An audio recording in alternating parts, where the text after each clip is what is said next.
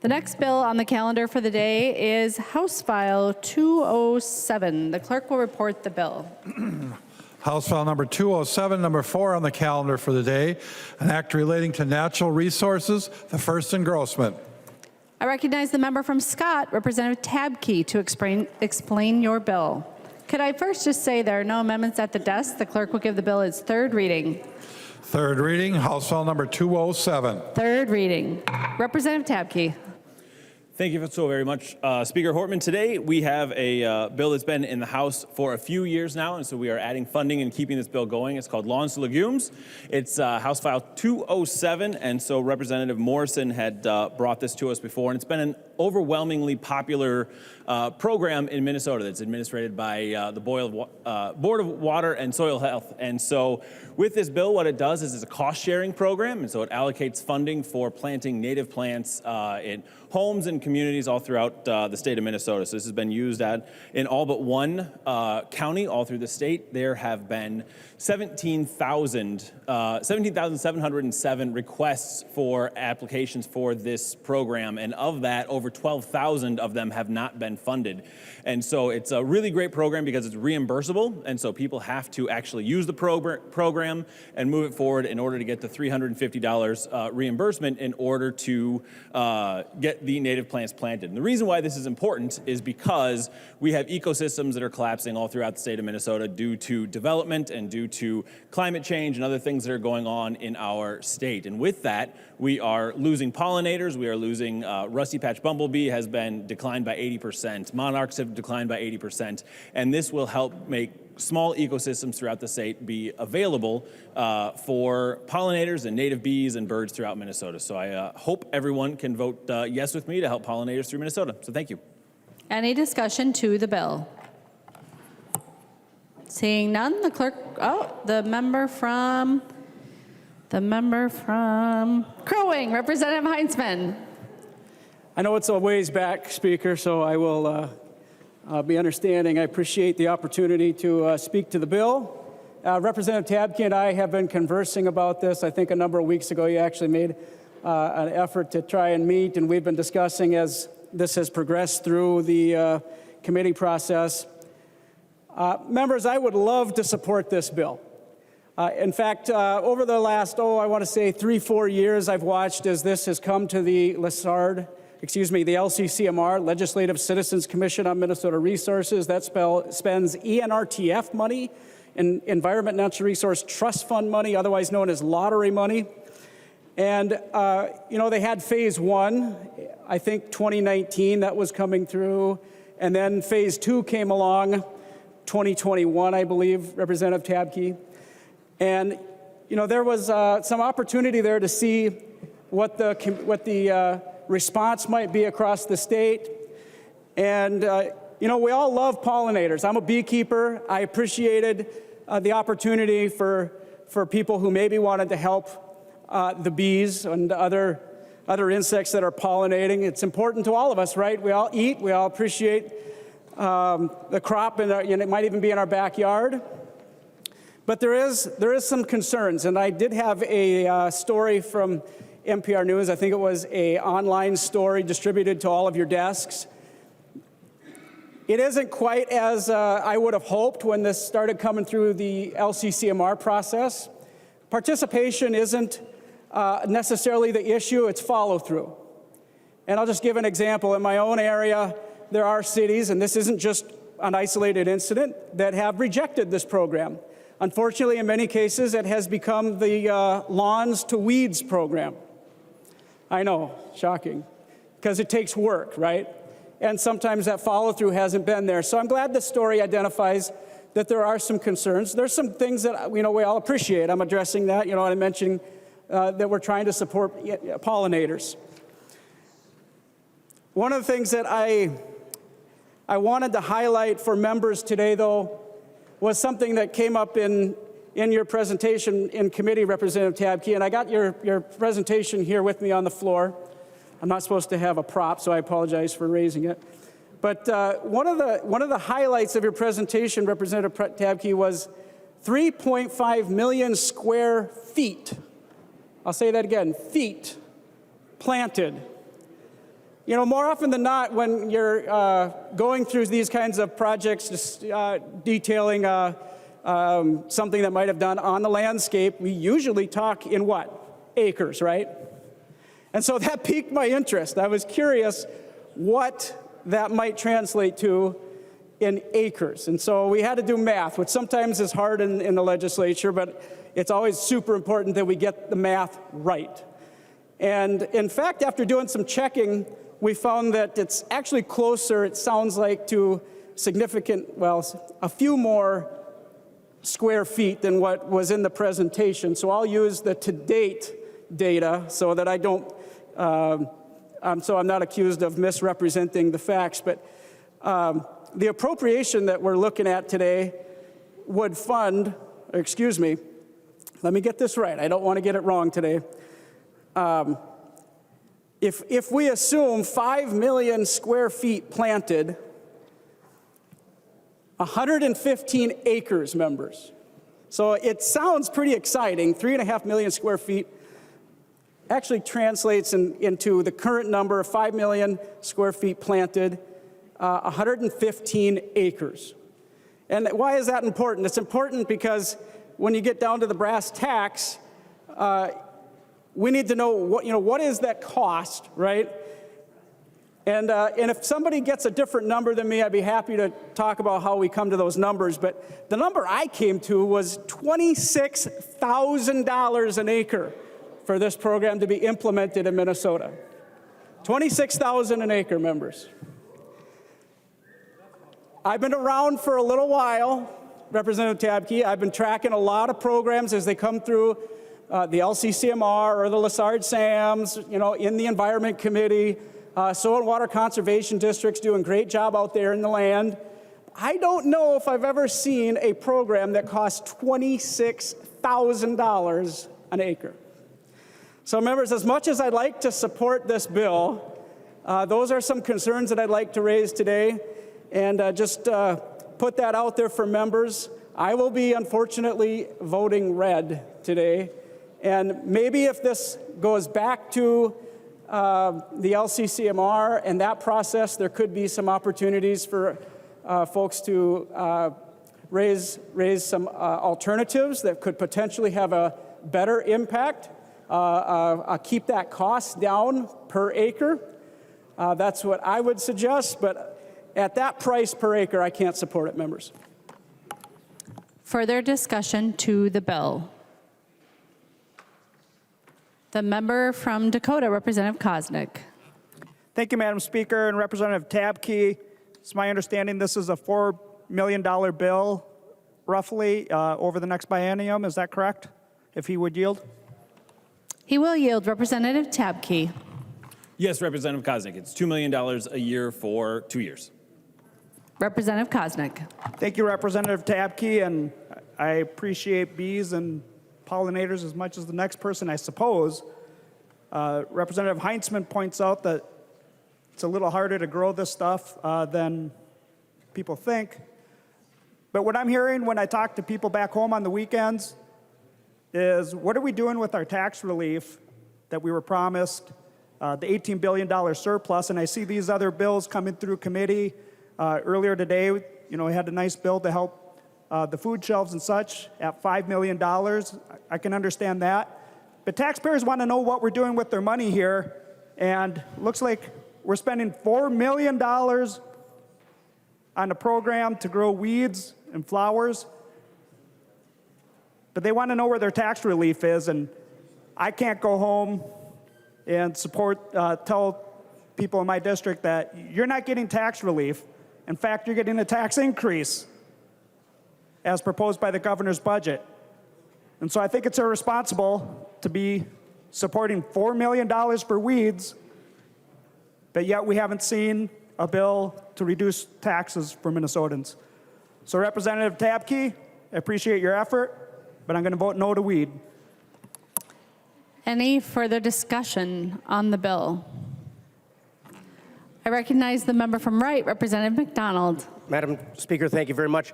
Just a question for the bill author. With another weed bill going through the state legislature, I was just curious if the author would yield for a question. He will yield. Representative McDonald. Yeah, Representative Tapke, Representative Kosnick mentioned something about $4 million for weed. Just what kind of weed do you anticipate this program being planted? Representative Tapke. I guess I'm not going to call a point of order on my own bill, but what we're doing here is we are working. So I appreciate all of the discussions and points that have been brought up. And so I was actually extremely disappointed. And then I thought that I was an idiot for being extremely disappointed for a second because when Representative Heintzmann hadn't been called on right away, because I was looking forward to going through all of this. And so there are a lot of things going on throughout the state of Minnesota. And so what this program does, Representative McDonald, is this program works. It educates folks as to how to plant native plants, as to how to grow them and how to raise them. And so I have a horticulture degree from Iowa State, so this is where I work and as a living. And so what happens is that it has a significantly longer timeline than if you just plant a perennial in your garden. If you do something, native plants are historically on our prairies in the state of Minnesota, and so it takes a lot longer for them to get started and to get growing, and it's a lot better to start them as small plants than to plant them as larger 1 and 2 gallon plants. So all the folks over throughout the chamber who are gardeners and who are involved in this kind of thing, you understand what I'm saying. And so with this, it can look weedy at the beginning. It can look more difficult, like it's growing. But as time goes on, you get 2 to 3 years down the road, these native plants take over and they look gorgeous and beautiful. So the weeds are at bay and the plants are there, and they are providing pollen. They're providing food for all sorts of insects, birds throughout the state of Minnesota. Because, like I said earlier, our ecosystems are collapsing, and so the weeds are not part of this in the long term. So thank you. Representative McDonald. Thank you, Madam Speaker. You know, sometimes it happens to every lawmaker. You're sorry you asked the question. But thank you, Representative Tapke. Folks in my district were just pleased to hear that it won't be the other kind of weed that you want to pass on this floor this session. Thank you, Madam Speaker. Any further discussion to the bill? The member from Anoka, Representative Scott. Thank you, Speaker. And Representative Tapke, I did not know that you went to Iowa State and had a horticultural degree. So the horrible questions that I was going to ask you, I'm going to refrain from asking now because I find favor with a fellow Cyclone. Sorry. But I do have one question, Madam Speaker, if the author would yield. He will yield. Representative Scott. Thank you, Madam Speaker. So the article that was passed out on the floor from NPR News, it talks about these coaches, and it says that there's a shortage of those coaches. And so with this increase in funding of $4 million for these gardens, how many more coaches will be needed, and does this program have those folks in place? Representative Tapke. Thank you very much to a fellow Cyclone. With that, there are currently over 140 coaches that are in place, and these are all volunteer positions. These are not paid positions. So these are folks who are working together out of love for making sure that we are helping the climate and helping make sure that Minnesota is doing the right things to support pollinators, support insects and birds throughout the state of Minnesota. Representative Scott. Thank you, Madam Speaker. Well, I'm glad to hear that those numbers are up there.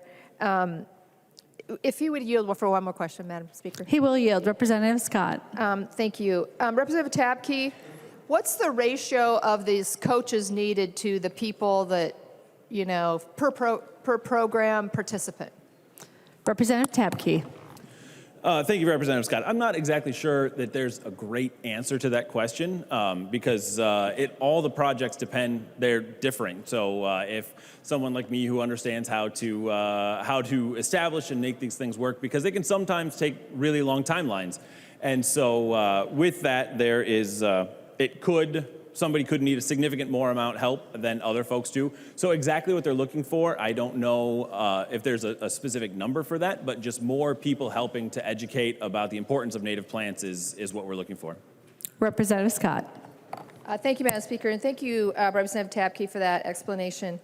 And I know that we have this shortage of pollinators, and that's something that we do need to be addressing. But I'm not sure that this is the best use of $4 million to increase those numbers, especially when the failure rate or the people just kind of throwing in the towel on this program is so high. I guess I would have to agree with Representative Kosnick that what we really need to be doing is more Minnesotans are worried about the high cost of gas and the high cost of food and would love to see lower taxes. So I feel like that's what we should be spending our time on here instead of these gardens. Thank you, Madam Speaker. Any further discussion? The member from Chisago, Representative New Brinley. Thank you, Madam Speaker. And would Representative Tapke yield for another question? He will yield. Representative New Brinley. Thank you, Madam Speaker. And Representative Tapke, I've been trying to get this answer, actually, and I haven't been able to. I didn't realize that the coaches are all volunteers. And so I'm wondering what exactly can be paid for with this $4 million? Representative Tapke. Thank you, Speaker Hortman and Representative New Brinley. This, the $4 million, the vast majority of it goes to, there is a small amount of administration with Bowser, and then the vast majority of it goes out to folks to plant plans to purchase what they need in order to do that. And again, I want to reiterate to Representative Scott's point is that this is a reimbursable program. So it's not like we just give Representative Stevenson $350 to do whatever he wants to with it. This is a what happens is people have to go out and they have to take action. They have to go through education. They have the volunteers that are the coaches work with folks in order to make sure that they know what they're doing and how to get it done. So they push that piece forward, and then people have to spend the money that's going to be used, and they have to submit receipts, and they have to go. So this is one of the best uses of money that the state of Minnesota can use for grant-wise types of things, because it is all nailed down to exactly what that money is going for. Representative New Brinley. Thank you, Madam Speaker, and thank you, Representative Tapke. I've got to be honest, before I got the details, I was actually kind of on board with this, right? We all like our pollinators. We want to make sure that that we are being good stewards, but the details are actually kind of killing me on this bill. One, it seems that there is no cap on administrative costs, what Bowser can take in administrative costs. And so I don't know, again, those numbers came from Bowser, this 5 million square feet that have been planted already. And that accounts for the first 3.9 million. So it's about, I would assume that maybe moving forward it would be similar to what's already been done. It's 115 acres. I would hope that other people in this body were shocked by the math. $26,000 per acre planted. $26,000. That is a ton of money. I am shocked by how much money is going into this program for how little return we are getting for it. I mean, frankly, I would have thought maybe the $350 an acre. That would have made more sense to me, right? Like, I mean, I have a little bit of acreage where I live. I live just out of town in North Branch. I've got a little bit of an acreage, but right around my house that we take care of, maybe an acre. I can imagine certainly spending $350 to plant and make that area used in accordance with this legislation. But we're not talking $350, $26,000 an acre. That's a really bad return on our investment. That's an insanely bad return on our investment. I can't believe, knowing that we now have the data on what happened with the first 3.9 million, that we'd continue, that we would do another 4 million, or that we would at least put some parameters in place to ensure that we're getting a better return on our investment. So I don't know, when we're talking $26,000 an acre, I don't know exactly how much money did go to Bowser for administrative costs. I don't know if this was community projects that blew that budget out of the water, I assume that they could get more than $350. But this is outrageous.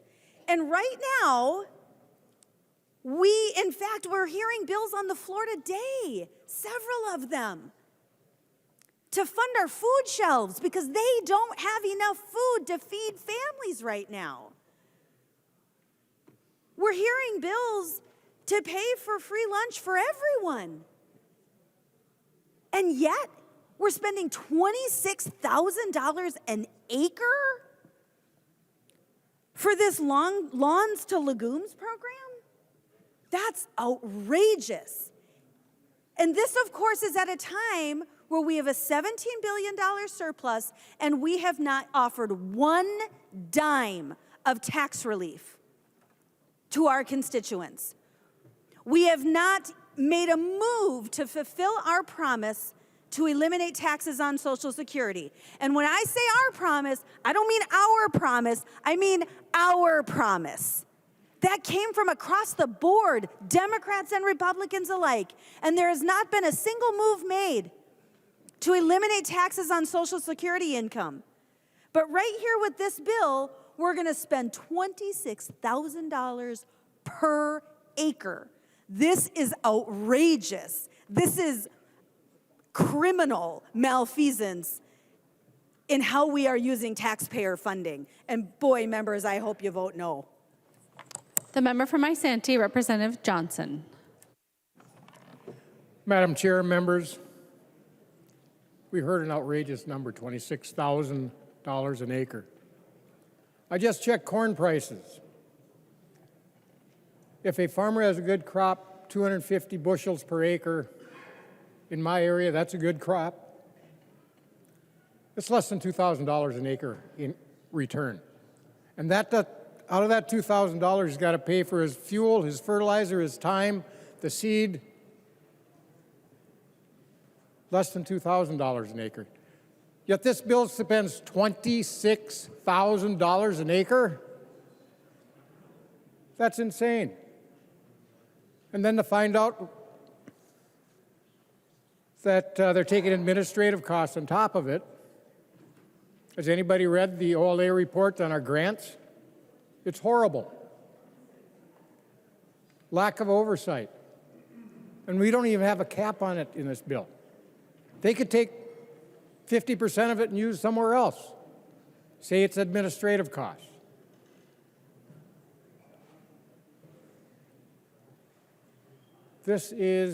It's time for this body to start looking at where the dollars go.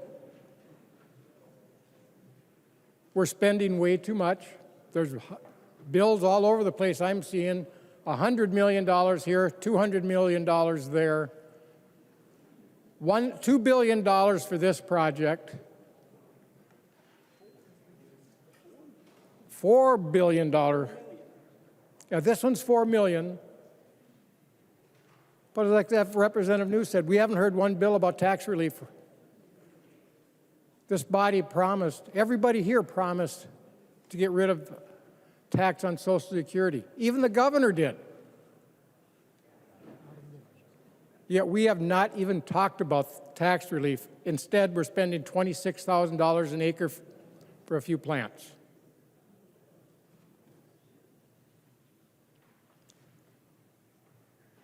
This is ridiculous. It's time for this body to step up, get to work, get the tax relief done, get the surplus back into the hands of the people who paid it, and get to work. Because they are struggling. Farmers are struggling. Our seniors are struggling. It's time to quit doing pet projects on the backs of the taxpayers of Minnesota. Vote against this. Any further discussion? The member from Anoka, Representative Niska. Thank you, Madam Speaker. And I was wondering if Representative Tapke would yield. He will yield. Representative Niska. Thank you, Madam Speaker. And Representative Tapke, I'm not sure that Representative McDonald actually did get his question answered, and so it made me curious as to what exactly we're enabling Bowser to spend money on. And in particular, the way I read the statutory language, we're authorizing spending on, quote, native vegetation and pollinator-friendly forbs and legumes. And so I was curious, what source of law would Bowser look to determine what that means that we're authorizing them to spend money on? Representative Tapke. I'm sorry, Representative Niska, I was just getting a text from Bowser saying that the best estimate is less than 5% is spent for grants and contract oversight. And so that's the administrative cost on the project. And could you restate your question for me? Thank Representative Niska. you, Madam Speaker. And Representative Tapke, I was asking about the language that we're using to give Bowser permission to spend money on quote, native vegetation and pollinator-friendly forbs and legumes. What source of law would Bowser look at to understand what those words mean and what we're authorizing them to spend money on? Representative Tapke. Thank you, Speaker Hortman. So this is, are you asking for if there are, Speaker Hortman, I'm not quite sure what the question is, if there's a definition in statute for pollinator-friendly forbs and legumes, because there are other definitions, and also for commonly known terms, there are also dictionaries. Representative Niska. Thank you, Madam Speaker. And Representative Tapke, yes, any source of, what is native vegetation, pollinator-friendly forbs and legumes, as Bowser would understand that language in the bill that we're talking about? Representative Tapke. Speaker Hortman and Representative Niska. So yes, this is very standard in the landscape industry as to what these terms mean, and so it is making sure to implement them. And so as the legislation and the statute goes forward, Bowser creates rules around things, and they created the program that we know today as Lawns to Legumes. And I want to reemphasize the fact that there were 17,707 applications for Lawns to Legumes, and 12,000 of those in districts all across the state of Minnesota went unfunded. And so we have constituents throughout the state that want to do the right thing and want to continue to support native pollinators, support birds, support monarchs, support rusty patch bumblebees, and they are unable to do that today. And so that's what this program is moving forward with. Representative Niska. Thank you, Madam Speaker. And Representative Tapke, if you would continue to yield. He will yield. Representative Niska. Thank you. Representative Tapke, I guess what I'm looking for is if there's a list somewhere of, what plants are on the list and what plants are not on the list. And in particular, I think the question that Representative McDonald was trying to ask, and I don't think we got a yes or no answer to, is whether cannabis is on the list. Representative Tapke. Thank you, Speaker Hortman. No, cannabis is not on the list. I mean, if you want me to get super wonky, and I don't think that everybody does here, that is my assumption, is that there is a native species of cannabis that is, it doesn't have high contents of anything that you find in ditches all over the place. So Representative Johnson, as he's reporting the corn prices, which as a farm kid from Iowa, I very much appreciate all the time. It is native and it's in ditches, and it would count as a native plant, and native plants are called out in statute, and so that's where we need to go. Representative Niska. Thanks. I think that started out as a no and then it ended up at a yes, if I'm understanding correctly. Maybe ditchweed, is that yes? I guess if that's what you want to vote for this bill. I'm voting no. Seeing no further discussion on the bill, would the author like to give a closing argument? Representative Tapke.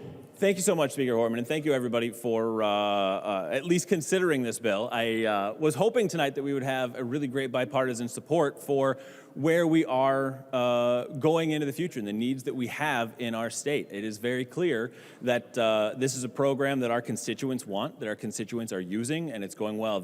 Some of the numbers have been thrown around are completely disingenuous and not real numbers, because it's just some back of the napkin math that doesn't really make sense in reality. But that's okay. We can work with that, and we can talk about it as it goes forward. But this is a really great bill for Minnesotans. This is a really great bill that Minnesotans are asking for, and I look for everyone's support. So thank you.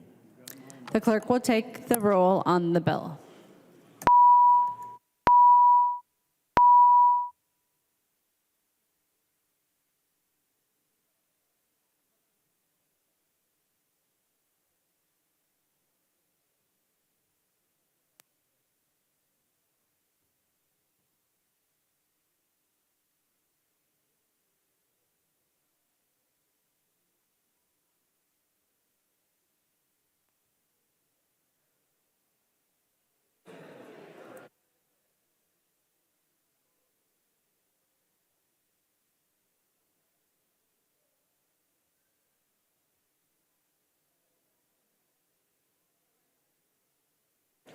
Will the clerk please call the names of the members who are voting remotely? Clardy. Clardy votes aye. Clardy votes aye. Hewitt. Hewitt votes aye. Hewitt votes aye. The clerk will close the roll.